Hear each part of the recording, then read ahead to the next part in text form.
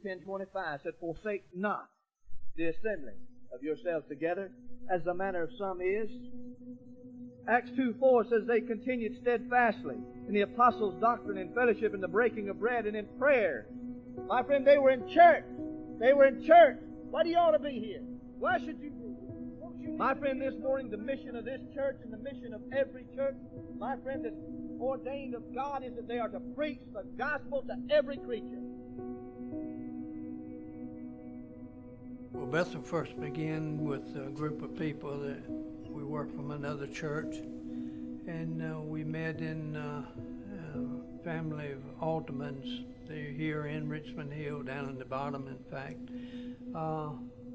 We met for several weeks in this family's house, and after we saw that we was going ahead and go to maybe one day to have a church, started somewhere, the other families come in and join with us. The gentleman cleaned his garage out, rebuilt it. We started holding services in his garage, which was Mr. Alderman, Charlie Alderman. And we met there for about a year in his garage, and they had services. They had turned their garage into like an apartment, so the sanctuary was the living room and the kitchen, and then the couple of bedrooms and all. We would have Sunday school classes in there, me and Gina Jan, a couple other the kids that were there. Brother Carswell Milliken, he was a pastor of another church where we come from, and he come in. He was speaking with us, and when he couldn't be with us, he'd have somebody that would be with us to speak. We met there. Right off the top of my head, seemed like a couple of years. And meanwhile, we were praying about a place, because we felt like that God would have us to start a church somewhere. And we fully believed it was God's will from the start for us to start. At that time, there was, a Baptist church here, and two or three other churches, but we didn't have a whole lot of churches in Richmond Hill at that time. Someone heard about this property here, which was 5 acres, and so there was some of us, 4 of us in fact, come down, walked the property over, looked at it, talked about it, and for the second time we come down and looked at it, and we thought that maybe this will be the place. So the 4 of us went just beyond where pastor's office is now. It was weeds higher than our head most places. And we just knelt out there on our knees and we prayed. We asked God if it be His will for us to have this piece of property, that the doors may be opened for that. And then we got to talking with some people from the bank, and then 3 of our men with Brother Carswell Milliken went to the bank and talked with them, and they was willing to give us a loan on the property. And one thing led to another, and God just He opened the door all the way. This property was actually purchased in 1975, before we were even organized in 77. Brother Carswell Milliken, he was a salesman at a place in Savannah that sold these metal buildings. And so he helped us on getting a 12 by 40 metal building. And that's what we was holding our services in. And we'd have Sunday school in a tent. And I had my teen group Sunday school class in a tent most of the time on Sunday school. And we had an old bus that sat back there that someone gave us that weren't running, and we even used that as a Sunday school room. And in the freezing weather, we had enough people, we'd even have to use cars for Sunday school. We poured the slab for that 12 by 40 building to be our first one. We got the slab poured, and storm come. In the meanwhile, me and my brother had to work that cement that was flooded out there. And but from there, that 12 by 40 building, it weren't long after that we got a 12 by 12, I believe it was, to add on for the Sunday school. Some church was getting new pews at that time and donated us their pews for that little building. And Brother Milliken was with us maybe a little better than 2 years. He was sick, and he missed a good bit of time there. So I went in and talked with Brother Cecil Hodges, which I knew very well at the time. And Brother Hodges said he'd send us a man out that could help us in the meetings and preach. And so he did. He sent Brother Bill Shepherd out. He could preach on a level that a 5, 6, 7-year-old child could understand. Many was talking about calling Brother Shepherd if he would accept. So we talked to him, and he was willing to accept. So the church, the group, which was a mission at that time, and so we called him as our pastor.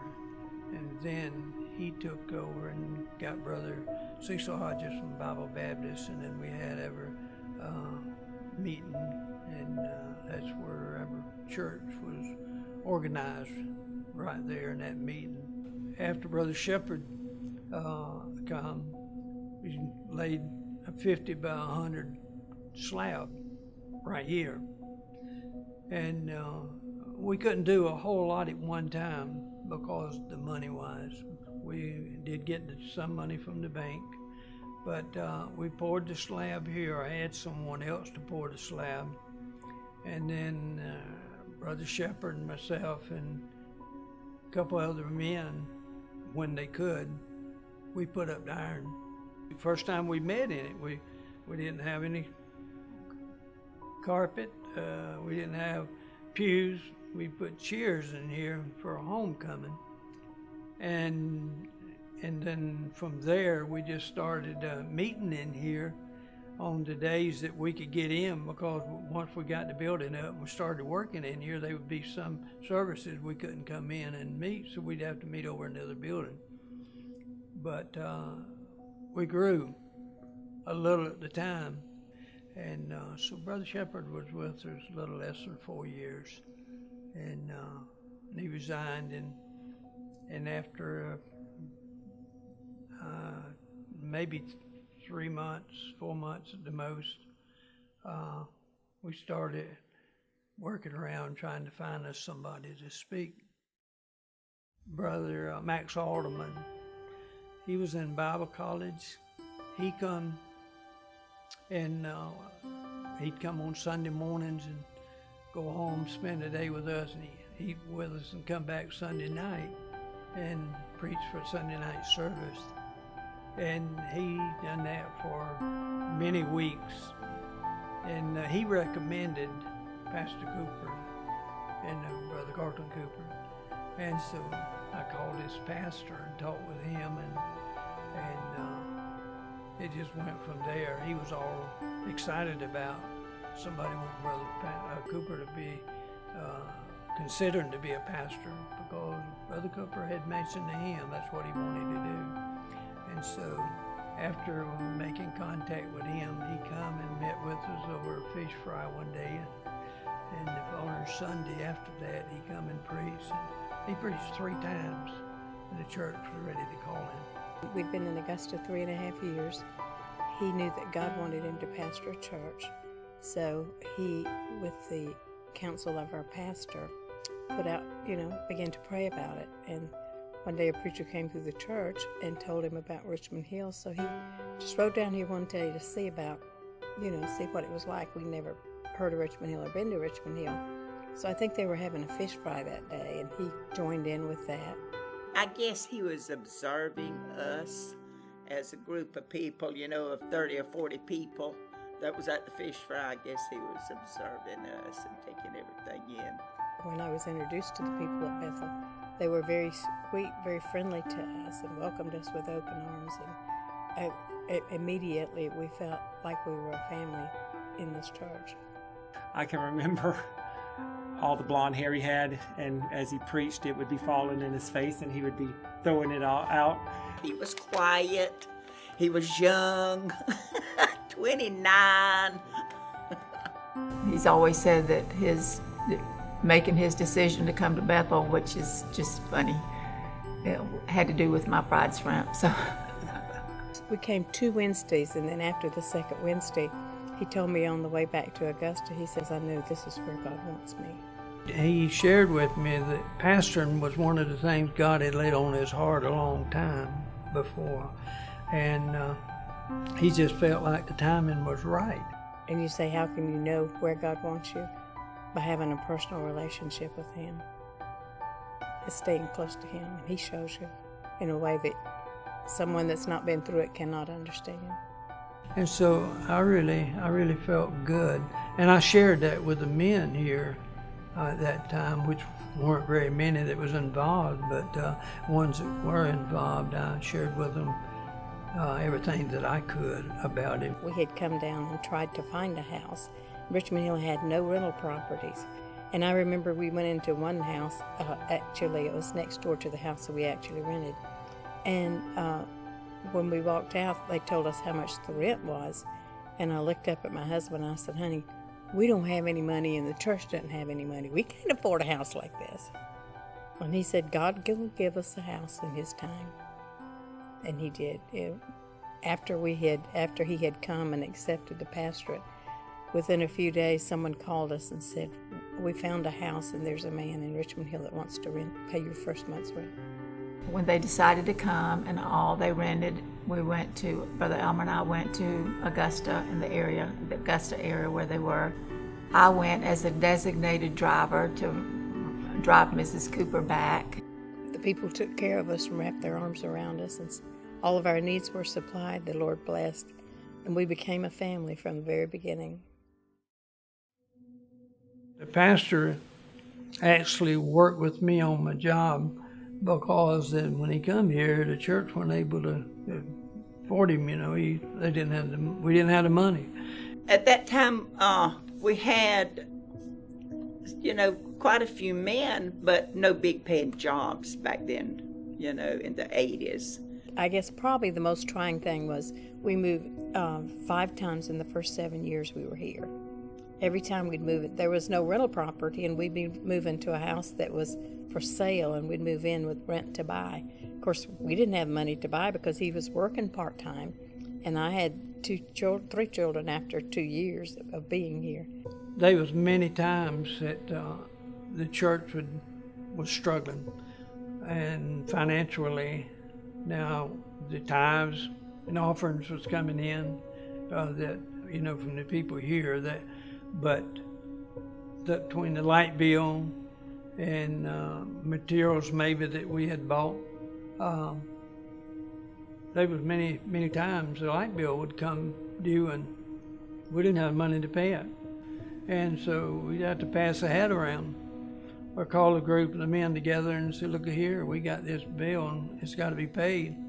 And so we'd have to come up with the money to pay it. I remember my husband coming down, the men praying and giving. I know my husband come home, he says, well, I had $60, I got 30 now. If that's what they needed was 30 more. But God always worked out a way. We never went, nobody had never had to send us a bill threatening us or anything like that. But as a church and as a young church, we knew it was very important. We had a good record behind us as we grew. I can remember a couple times where the church was financially in debt, that was in a need, and couldn't go much further like it was. And we had some individuals outside that evidently God just led them to us and give them money. And a lot of times it was money more than what we was needing. And so I think about those, and that goes back as a young group of Christians getting started, and just showed us how God could work and how God could meet our needs. That was when we grew, was through those times. You see, what we believe about our God affects the quality of our service for our God. He was so special to us. And to this day, we'll talk about him and we still cry because we miss him so much. We loved him as a pastor, but we got to love him even more as a personal friend. And he was. We went out with him a lot. We did things with him. They're both crazy. They got a great sense of humor. We love being with them. Funny things would always happen when we'd go out. We've got so many jokes that we would laugh about over the years. You remember this, remember that? Just talk and speak in our heart, things that are funny, things that would make him laugh, and it's good to see a pastor laugh, because a lot of pastors you see, they don't laugh a lot. He loved seeing people involved in ministry, regardless of what it was, whether it was teaching Sunday school or the bus ministry or the music ministry. He loved seeing people engaged, and he was passionate about that. He would, walk the talk. He was definitely a man of integrity. If he told you he would do something, he would do that. He was passionate about helping people and helping pastors and preaching. He was passionate about this church. This was his life. This is what God put on his heart. We saw him in those days where he would run these aisles. He preached hard. He preached strong. He preached with conviction. He knew where he stood, and he wasn't going to bend for anyone. He preached without compromise. He would preach hard, and you would feel like he's talking straight to you, like, how'd you know. But then when he came off the pulpit and he would meet with the people, he truly had a love for people. He was a very quiet man. Not a lot of people believe that or know that, but in the beginning he was very quiet and very concerned about other people and about everything going on here, but first of all in his family. He loved this place, that's for sure. He loved this place, he loved his family, and he loved this church, and the people make up this church. He was a good teacher and a good preacher, but there is a lot of good preachers that are not good pastors, and I truly believe he was a good pastor. He felt our pain when we were in pain, and if we were happy, he was happy with us. Even in difficult times when we had it in our personal lives, he was always there to be an encourager, no matter what. When he visited in our home, and we got to talk with him on a personal basis. Very warm, caring person. Yeah, you could just see that side that he really cared about you. He loved people, and it wasn't just church members that he loved. He loved people that he just met on the street. He loved trying to win them salvation through the Lord. It's not him that's doing it. He understands that. But he loved talking to people, and he loved talking to people about the Lord. And he was always telling other people about Jesus. If we went out to dinner with him, he always had a tract to hand out to the waitress, or if someone stopped by to talk to us at the table. That always stood out to me. His first words to me were, "Do you know the Lord?" And from that point on, I just had a great deal of respect for him. He had such an impact on our lives. He and Mrs. Cooper both, a mother and father figure to us. He taught us so much that we didn't know as young Christians. We were introduced to missions and the importance of missions giving. I had no idea what Faith Promise Missions was. I had no idea what that was until I started coming here to Bethel Baptist Church. I really didn't understand what a missionary, who a missionary was, what they did. And then when I came here, and you look around and you see all the missions letters on the walls, and you have missionaries visit here, you really you get to know what a missionary does and who they are, and you can put a face to them, and you have opportunities to support them and allow God to speak to your heart. Maybe God's calling you to be a missionary, and God's called many missionaries from our church. God just seemed like worked in the people's hearts that was here, and the people started really giving toward mission. It just always amazed us that we could do so much with so little because we gave the other. Even now still we take on missionaries by faith, but there's always the money there, and we're always able to send to those missionaries the money that's promised to help them. Well, we've witnessed God's blessings upon this church so many times because of God's people being faithful. And we've heard faith promise presented so many times, even from missionaries. And it just seemed like it drew the people together. I don't think that either of us had ever been in a church before that was so deeply involved and so strongly supported missions.